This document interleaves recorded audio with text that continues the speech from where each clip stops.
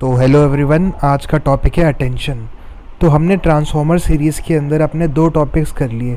एक तो था आपका वर्ड टू वेक्टर एंड दूसरा था आपका पोजिशनल एम्बेडिंग्स। अब जो तीसरा टॉपिक है उसको हम पढ़ेंगे, जिसका नाम है अटेंशन, और एक क्यों इम्पोर्टेंट है। तो स्टार्ट करते हैं।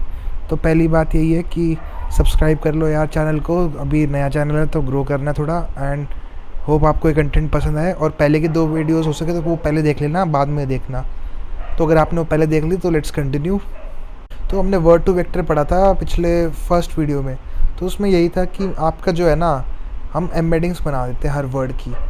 तो मान लो कि जैसे कि गूगल का है, गूगल ने बनाया था वर्ड टू वेक्टर मॉडल। तो इसकी जो थी ना 1.5 GB साइज़ का ये मॉडल था, और इसमें 30 लाख 3 मिलियन वर्ड्स थे। 3 मिलियन वर्ड्स थे इसके अंदर। तो मतलब वो एक तरह से एवरेज हो रहा था।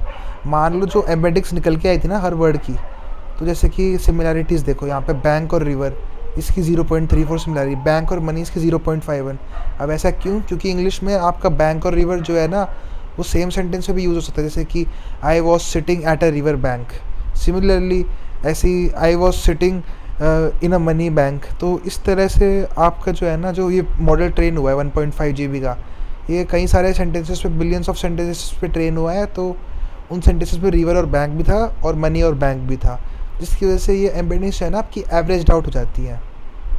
तो ये चीज़ है। और बाकी ये देख लो इनकी सिमिलरिटी कब है, बैंक की फ्रूट और डिवाइस के साथ। अब एप्पल है, जो एप्पल ब्रांड है, उसकी फ्रूट से सिमिलरिटी, डिवाइस से सिमिलरिटी है।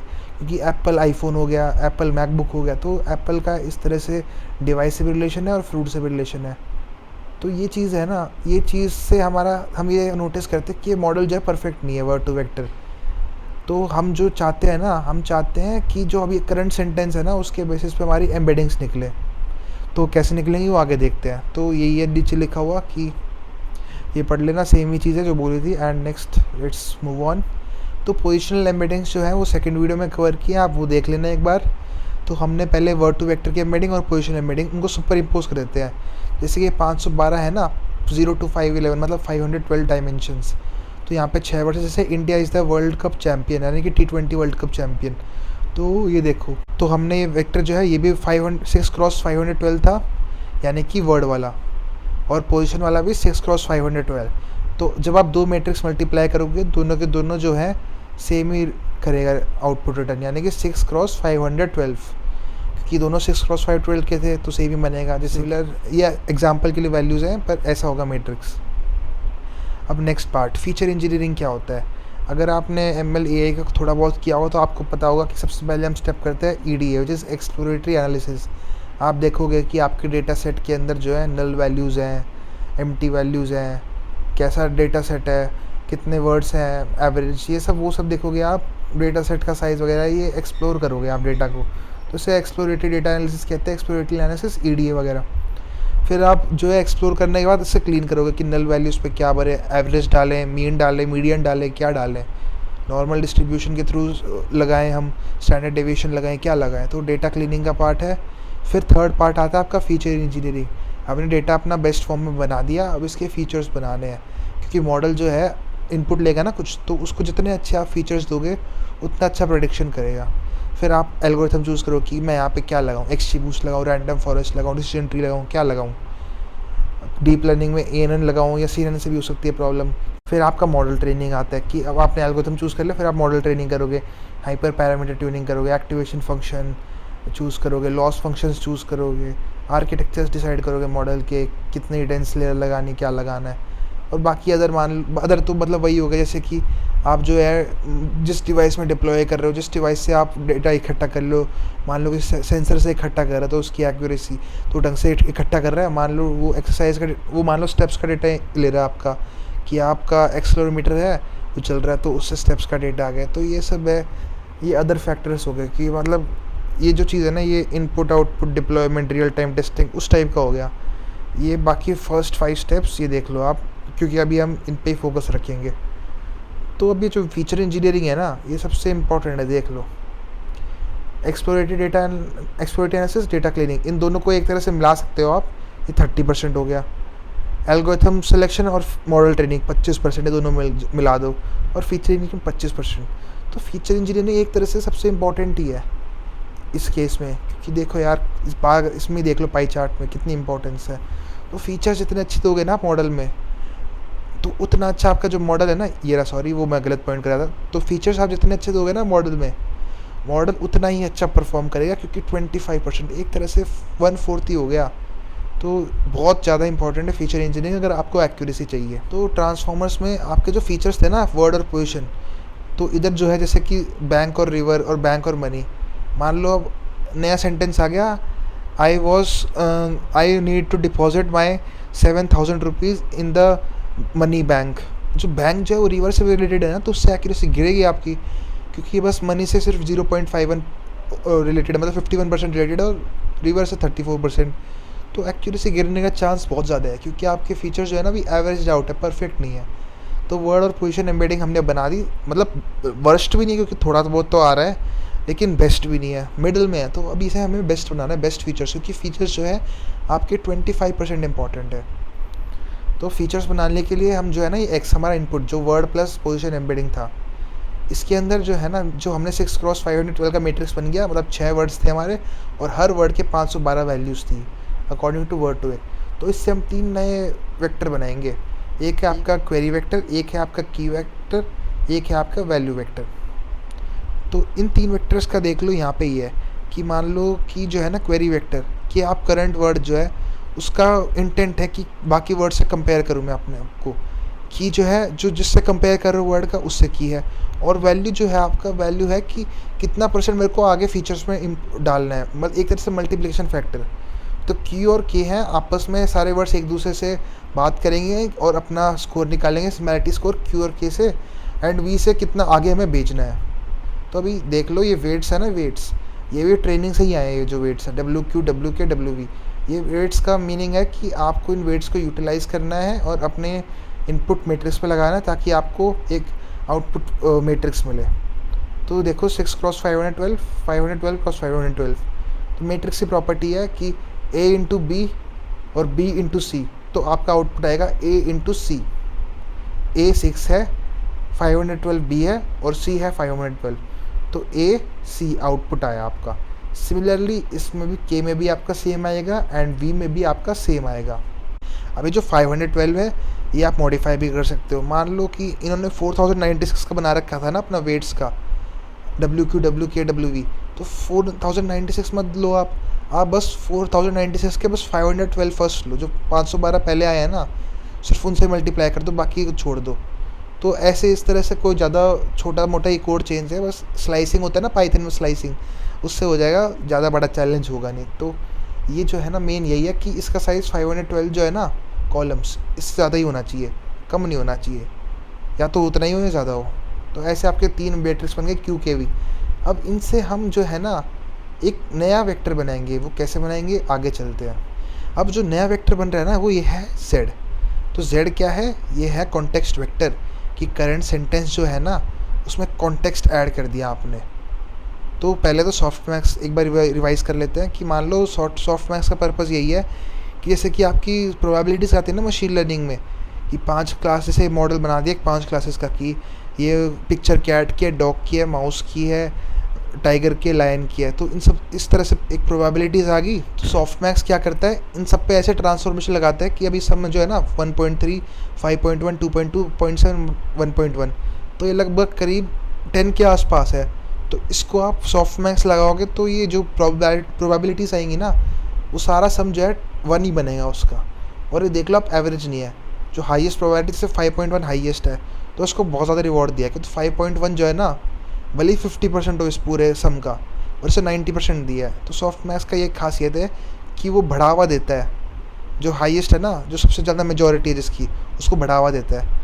और देखो 2.2 है, इसको 0.05 कर दिया, 1.1 है 2.2 का आधा है, पर फिर भी ये आधे से कम है। तो इस टाइप से इनका थोड़ा इससे का ये फ़ायदा है कि जो है ना जो बेस्ट जो क्लास है भले वो थोड़ी सी ज़्यादा हो, जैसे हमारा पॉलिटिक्स में होता है, जो मेजॉरिटी जिसने बना ली वही सारा रूलिंग करता है एक तरह से।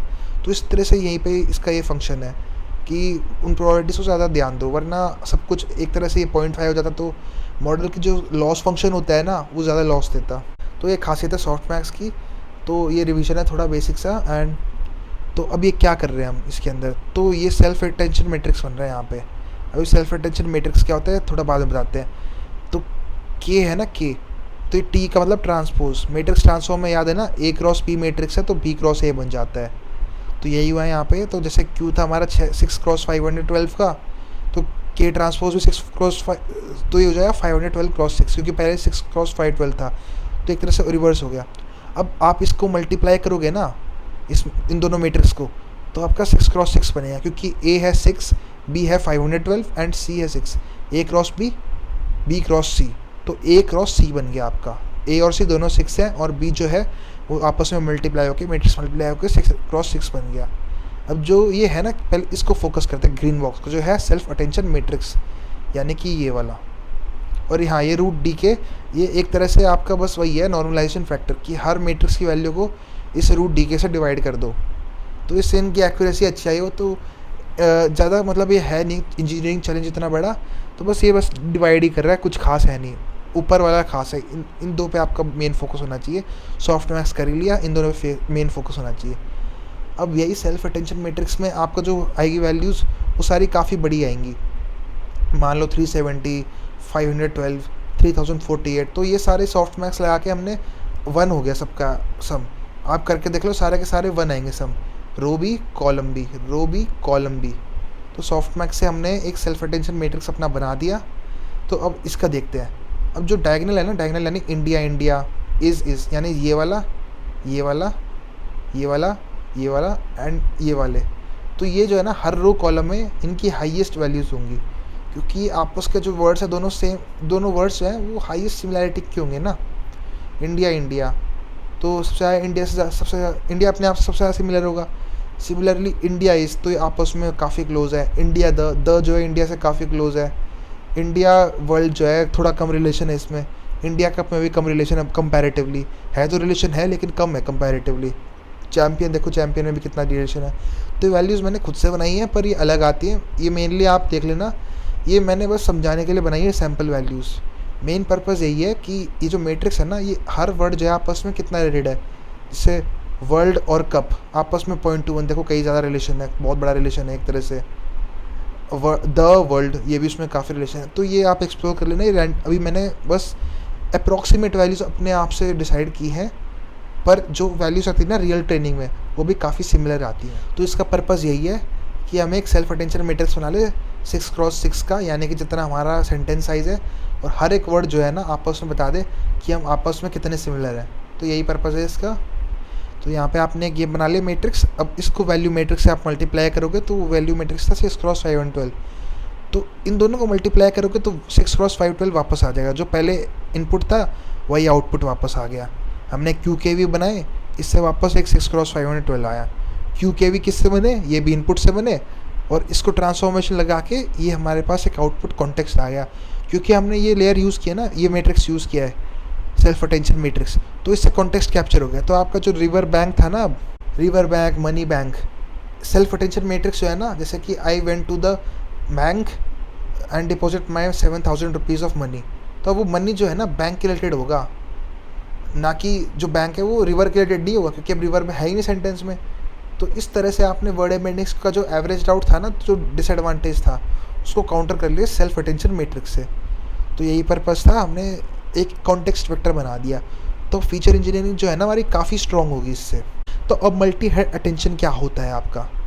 अभी जो हमने क्यू के वी वेक्टर्स बनाए अपने 6 क्रॉस 512 के, उनको हम जो है ना स्प्लिट कर लेंगे, यहाँ पे ये होने चाहिए 4। देखो क्यू का है 1 2 3 4, 512 का 4 से डिवाइड करो तो 128 आएगा। तो हमने 128 के 4 वेक्टर बना लिए 6 क्रॉस 128 के चारों के लिए। देख लो आप, चाहे इसे विजुअलाइज कर लो, एक बार पॉज करके देख लेना। तो ऐसे हमने 4 बना लिए। और अभी क्यू के भी है ना, इससे हम एक H1 बना रहे हैं। यहाँ पे हम बनाए थे 6 क्रॉस 512 का, यहाँ मैंने 6 क्रॉस 128 का। तो एक तरह से हमने पैरेललाइजेशन कर दी कि जो है ना आप इसे और ब्रेक डाउन कर दो, क्यू के वी को और ब्रेक डाउन कर दो। तो यहाँ पे जो है हमने मल्टी हेड मतलब 4 हेड लिए। ये था सिंगल हेड, 1 हेड, ये है 4 हेड्स। तो इसे 4 हेड बना के आप H1 H2 H3 H4, जो Z था भी 6 क्रॉस 512, उसे 4 हेड के बना दिए अलग अलग। तो 4 हेड जो है बाद में इन्हें हम कॉन्कैटिनेट कर देंगे। जो नमपाई में आप np.concatenate यूज़ करते हो, उससे कॉन्कैटिनेट करके एक सुपर हेड बना देंगे 6x512 का। और एक और वेट मैट्रिक्स ये भी ट्रेनेबल है, इससे मल्टीप्लाई करके हम एक मल्टी हेड टेंशन डिराइव करेंगे 6x512 का। इसके एडवांटेजेस यही हैं कि आपने पैरेललाइजेशन लगा दी, तो जीपीयू क्लस्टर्स होते हैं ना जिस पर ट्रेनिंग होती है, तो पैरेलल आपने और ट्रेनिंग कर दी, क्योंकि अब पैरेलल फास्ट हो रहा है। मैट्रिक्स मल्टीप्लिकेशन पहले ही पैरेलल थी और मल्टीपल मैट्रिक्स बना दिए। तो इस तरह से एक तो कंप्यूटेशन एडवांटेज है इसका, एंड एडवांटेज एक और ये है कि जो है ना सिंगल अटेंशन उसका ये था कि यही था कि एक ही हेड बन रहा है। तो अब इसमें ज़्यादा वैरायटी आ गया, क्योंकि आप 4 डिफरेंट बना रहे हो ना, चारों अलग अलग वैरायटी देंगे आउटपुट में, उनको आप कंकैटिनेट कर रहे हो। तो एक ही एडवांटेज है, वेरिएशन ला रहे हो आप थोड़ा मॉडल में। बायस वेरिएंस पड़ा होगा ना, तो वेरिएंस हमारा जो है थोड़ा काउंटर हो जाएगा इससे। ये पेपर में भी इनके यही लिखा है कि वेरिएंस काउंटर करने के लिए इन्होंने ये यूज़ किया है मल्टी हेड अटेंशन। अब जो आपका है ना, ये है ना हमारा इनपुट एम्बेडिंग्स, और यहाँ से पोजीशन एम्बेडिंग्स ऐड हो रही है ट्रांसफॉर्मर आर्किटेक्चर में। और ये एक्स जो है ना यहाँ से आ रहा है, ये एक्स जो है ये दोनों हमने जो सबसे पहले डिस्कस किया था, इससे इन दोनों को ऐड करके एक्स बन रहा है, और ये हम फीड कर रहे हैं मल्टी अटेंशन मॉड्यूल में, मल्टी हेड अटेंशन मॉड्यूल में। तो कुछ नहीं है, multi head attention volume QKV है, सेम तरह का फॉर्मूला लगेगा। 6x512 की जगह 6x128 के 4 बन जाएंगे, उन्हें कंकैटिनेट करेंगे और फिर एक और वेट मैट्रिक्स से मल्टीप्लाई करके एक मल्टी हेड अटेंशन बनाएंगे। ये भी ट्रेनेबल वेट्स हैं, और बाकी जो WK, WQ, WV जो सबसे पहले डिस्कस किए थे वो भी ट्रेनेबल हैं। तो इस तरह से हमने जो है एक फाइनल इन दोनों को ऐड करेंगे, तो 6x512 इस ANN जो है ना फीड फॉरवर्ड ANN मॉडल, इसके अंदर 6x512 मैट्रिक्स का फीड करेंगे, यानी कि सिक्वेंशियल मैट्रिक्स 6x512 का इनपुट शिप दे दोगे। तो इस तरह से जो है ना आपने फीचर इंजीनियरिंग इतनी अच्छी कर ली अपनी कि मॉडल की एक्यूरेसी जो है बहुत अच्छी आएगी। तो यही था ट्रांसफॉर्मर्स का multi head attention and single head attention. तो जो भी डाउट्स हो यार पूछ लेना, अभी नया चैनल है तो जल्दी आपके डाउट सॉल्व हो जाएंगे, तो ये बात याद रखना। तो सी यू गाइस।